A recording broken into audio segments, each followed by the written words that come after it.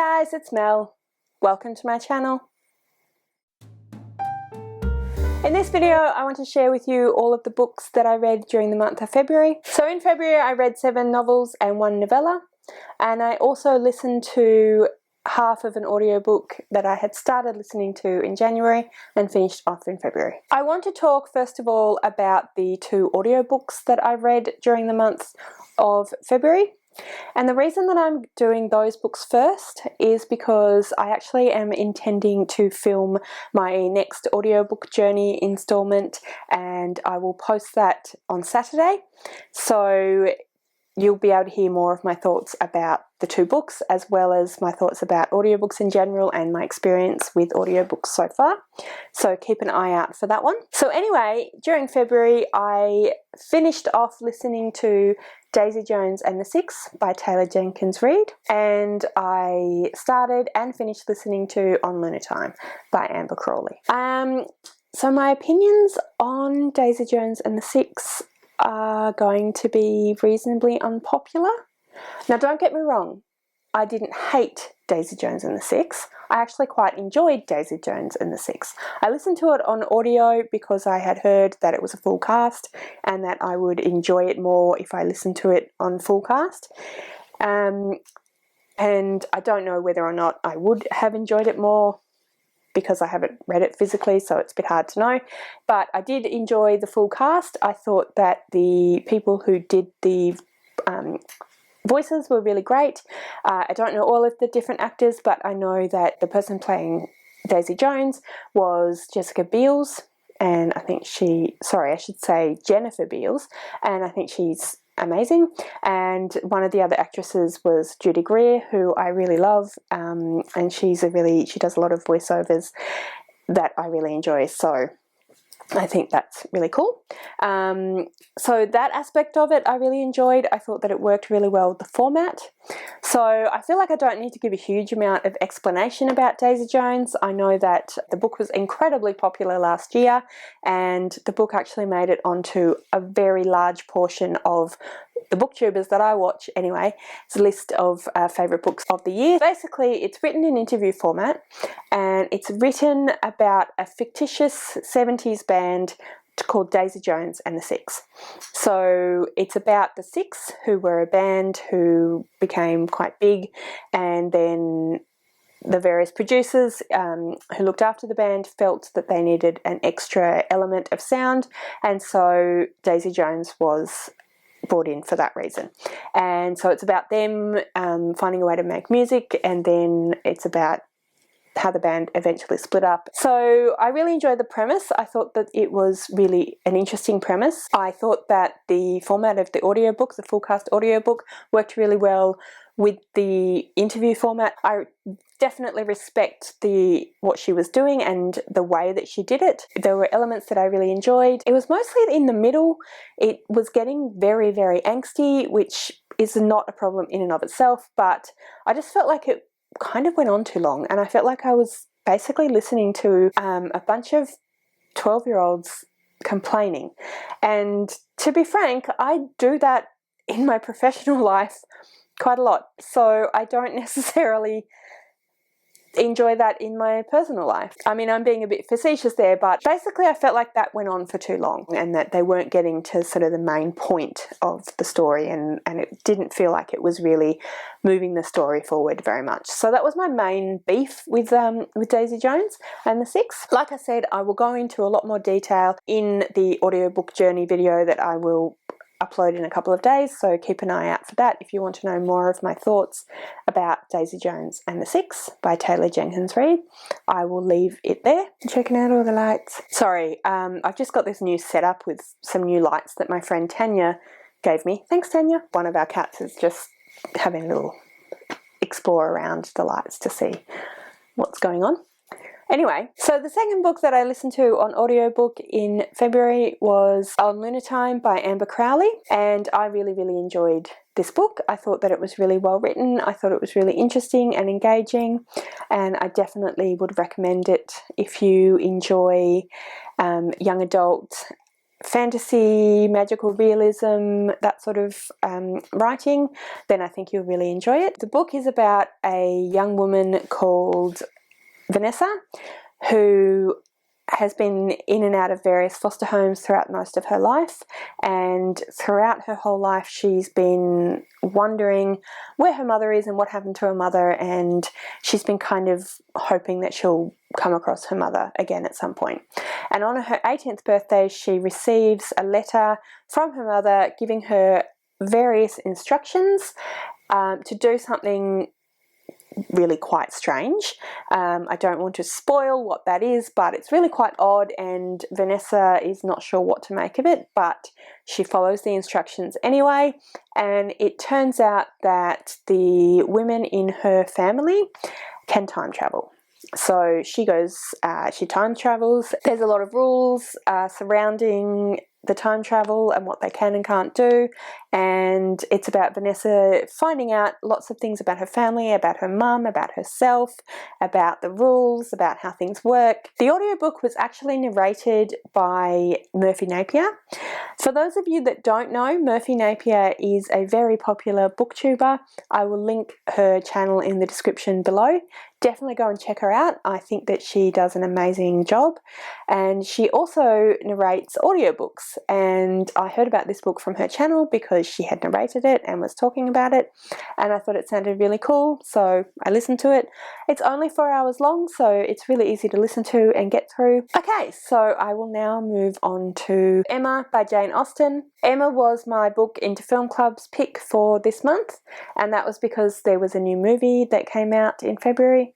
So we read the book and then we went and saw the movie. I pretty much love Jane Austen. I've read all of the novels by her, and I've read Emma a few times now, and I really enjoyed my reread of it, and I really enjoyed this new adaptation. I think that it really captures the humour of the book, and I thought that it was really amazing. So for those people that don't know about Emma, Emma is a book about a young girl called Emma, and she is the sort of only woman of her rank in her local area. So as such, she has an interesting sort of perspective on the society around her and her place in that society. And the book opens with her and her father discussing the recent marriage of Emma's governess, Miss Taylor, to a local merchant, Mr. Weston. So because Miss Taylor has just married and moved out of Emma's home, Emma is a bit bereft for a best friend, and so she befriends a local girl called Harriet Smith. Her parentage is unknown, but Emma decides that obviously she's a gentleman's daughter, and so she decides to take Harriet under her wing and proceeds to try and set Harry up with various different men around the town. It's a story about Emma growing up. It's a story about Emma sort of learning more about herself and the people around her. There's a lot of comedic elements and a lot of social discussion about wealth and prosperity and position within society in the time. And yeah, I just really enjoyed it, and I recommend. During the second week of February was Contemporary-a-thon, and I went in Contemporary-a-thon and I really enjoyed it. I had a great time reading the 3 books that I read. There were 7 prompts for Contemporary-a-thon, and I chose to read 3 books that crossed over all the different 7 prompts. So I did actually manage to complete all 7 prompts. So 2 of the 3 books I really love, and the last one that I read I didn't like overly much, although there were definitely elements that I found really interesting. So the first book that I read during Contemporary-a-thon was Red, White and Royal Blue by Casey McQuisten. This is again another book that I feel has been discussed a number of times on BookTube of late, so I don't think that I need to go into a huge amount of explanation about the book, but I'll just read the blurb on the back to give you some idea if you haven't heard the hype. When his mother became President of the United States, Alex Claremont Diaz was promptly cast as the American equivalent of a young royal. Handsome, charismatic, genius, his image is pure millennial marketing gold for the White House. There's only one problem. Alex has a beef with an actual prince, Henry, across the pond. And when the tabloids get hold of a photo involving an Alex-Henry altercation, US-British relations take a turn for the worse. Heads of family and state and other handlers devise a plan for damage control. Stage a truce between the two rivals. What at first begins as a fake Instagrammable friendship grows deeper and more dangerous than either Alex or Henry could have imagined. Soon Alex finds himself hurtling into a secret romance with a surprisingly unstuffy Henry that could derail the presidential campaign and upend two nations. It raises the question, can love save the world after all? Where do we find the courage and the power to be the people who we are meant to be? And how can we learn to let our true colours shine through? In all honesty, if I found this book at the library or at a local bookstore and I read the back of it, I would probably not be that interested in it. I mean, it sounds quite fun and whatnot, but it doesn't sound like the kind of book that I would really enjoy. But I was completely wrong, and I'm incredibly glad that I listened to all of the people on BookTube who have said how much they love this book, because I thoroughly enjoyed reading it. Yeah, I'd highly recommend this book, especially if you like young adult contemporary, then I think you'll really enjoy this book. So I think that Heiss McQuisten did a really great job with the language in this book. I think that she paints a really believable picture of a young millennial in politics, and at first it starts out and it's sort of just, Alex talking about what he thinks of Henry and his friends, and it's kind of a bit of a young adult high school drama almost, but then it starts getting talking more about politics and talking more about the situation in America and the UK. And there starts to be a lot more of discussion about LGBTQA plus concerns and issues, and how that is dealt with by both the royal family and the presidential family and the presidential machine.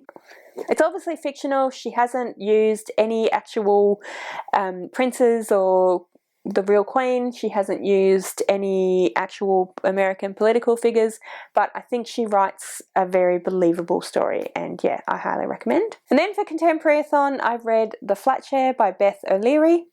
And this was another book that I was surprised how much I liked. I thought that the premise sounded interesting. So again, I don't feel like I need to give a huge amount of explanation, but essentially it is talking about a young woman called Tiffy who has recently broken up with her boyfriend and needs to move out.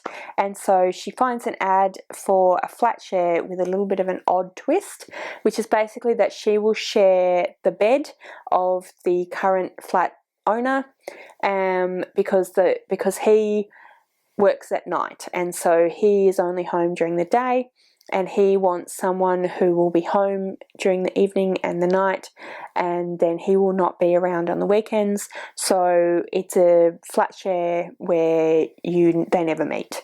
But as you can imagine, it doesn't quite work out that way. They start leaving each other little post-it notes about, stuff like, hey, there's some food in the fridge or whatever. And then the post-it notes start getting a lot more detailed, and they start sharing a lot more information about their lives, and they form a friendship and eventually a romance. And yeah, I just thought it was really sweet. I thought it was really well written and really interesting. I really enjoyed the two different points of view.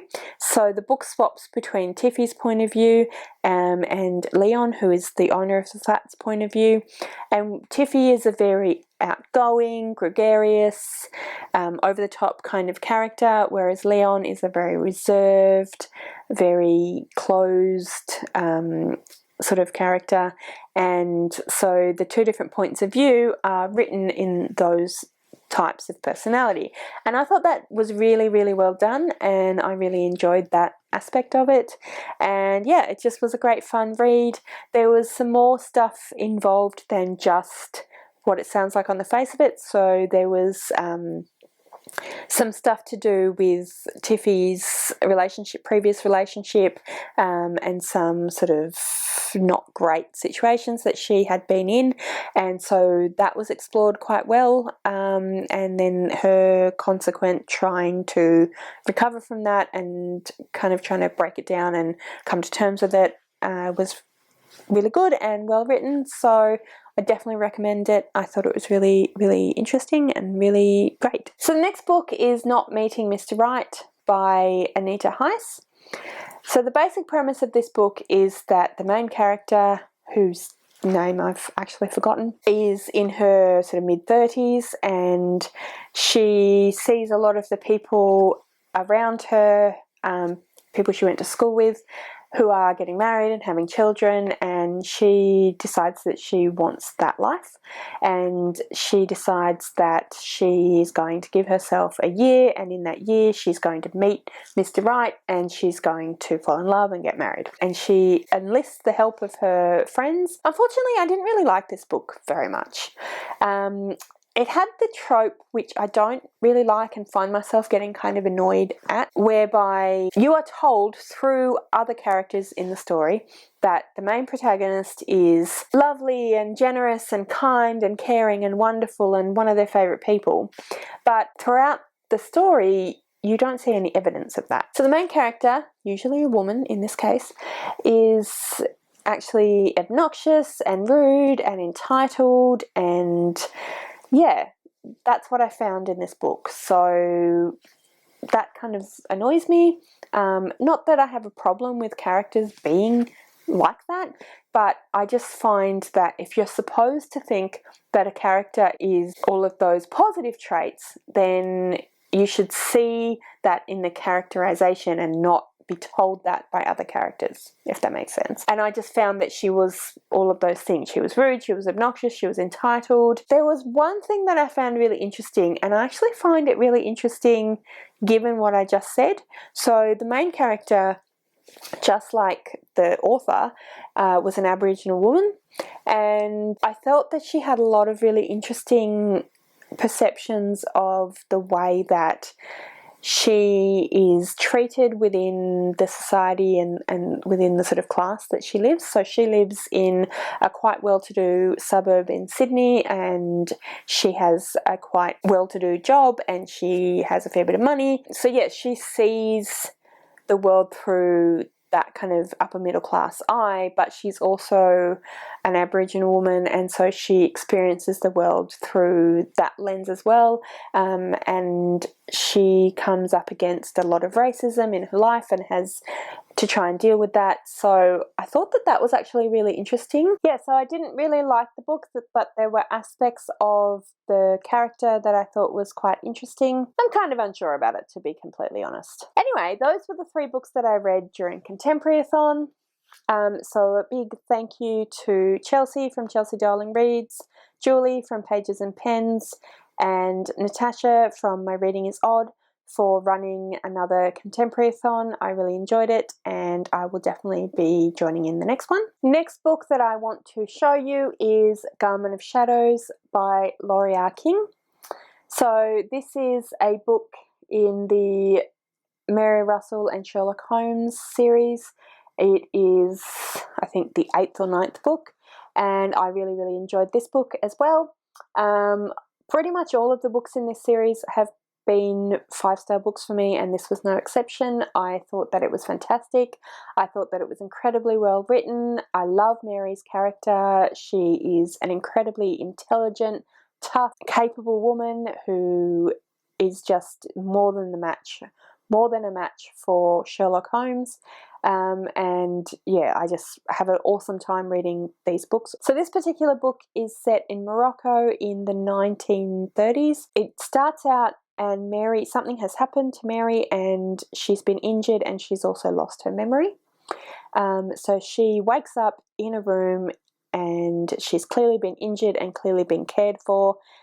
She doesn't know where she is or who she is, and then some police come to the door of where she currently is staying. So she escapes basically with pretty much nothing into Fez in Morocco and tries to figure out who she is and what she's doing in Morocco and why the police were after her and so on. So it's actually a bit different from most of the other books in this series. Usually the books are from Mary's perspective and it's written in the first person. This one, there's 2 points of view. So there's Mary's point of view, which is written in the first person, and then Sherlock Holmes's point of view, which is written in the third person. And I thought that was done really well.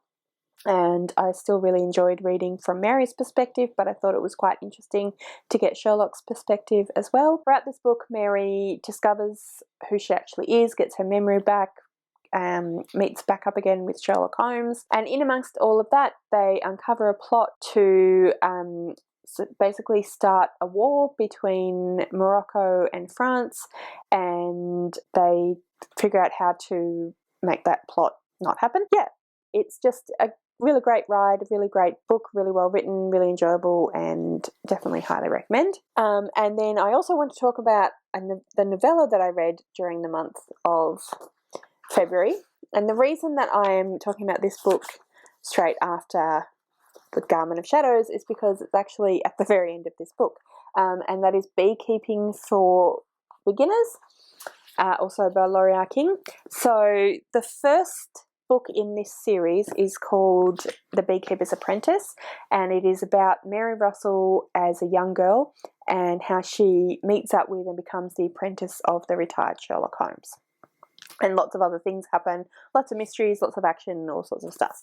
And Beekeeping for Beginners is actually from about that period of time and about Mary getting to know Sherlock Holmes, but it's told from Sherlock Holmes's perspective and what he thought was going on and why he made the decision to apprentice this young woman. And yeah, I really enjoyed that. It was really interesting to get sort of another side of the story and to find out some more stuff about Mary and some stuff that maybe will come up later. I'm not really sure in the series, but yeah, it was really enjoyable. So the last book that I read and finished during the month of February was The Wicked King by Holly Black.